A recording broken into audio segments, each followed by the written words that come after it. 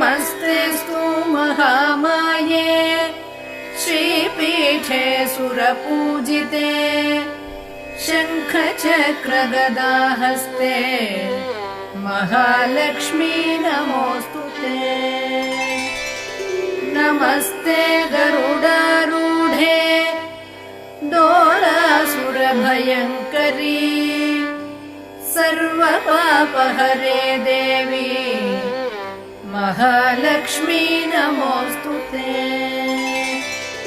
सर्वज्ञे सर्ववरदे सर्वदुष्टभयङ्करी सर्वदुःखहरे देवी महालक्ष्मी नमोऽस्तु ते। सिद्धिबुद्धिप्रदे देवी भुक्ति